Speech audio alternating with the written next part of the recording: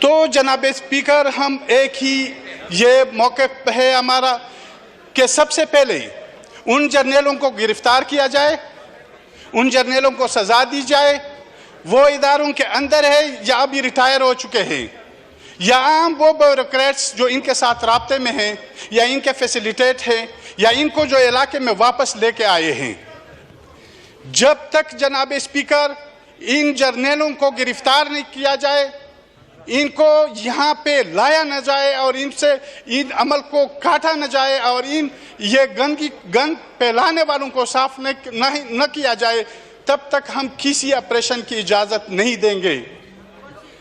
जनाब स्पीकर, मैं अपनी बात, थोड़ा टाइम मुझे देना होगा क्योंकि बहुत टाइम के बाद मैं फ्लोर पे आया हूँ। तो जनाब स्पीकर, अब फिर इन्होंने परसों वाना में ऑपरेशन किया। वाना में इन्होंने कैसे ऑपरेशन किया? जहाँ पे इनको इंटेलिजेंस बेसिस पे मालूमात थी, वहाँ पे जब ये चले गए तो उन्होंने इतना टाइम दे दिया कि वहाँ पे जो मौजूद उस घर के अंदर लोग थे वो भाग गए और दूसरे घर में घुस गए।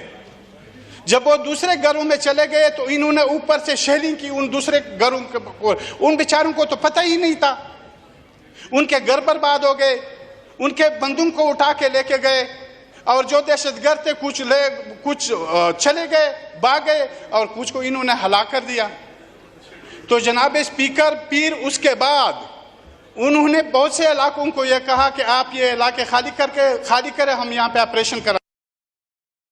जब इलाका खाली होगा और आपके वहाँ पे पाले हुए लोग वो आपके लिए वहाँ पे ठहरेंगे, वहाँ पे रहेंगे, तो इस खौफ को एक सोचे समझे मंसूबे के तहत फैलाया जा रहा है। जनाब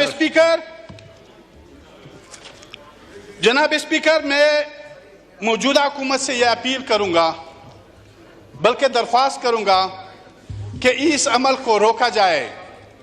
जैसे मैंने पहले कहा कि उन लोगों को सजा दी जाए जो इसके जिम्मेदारान हैं।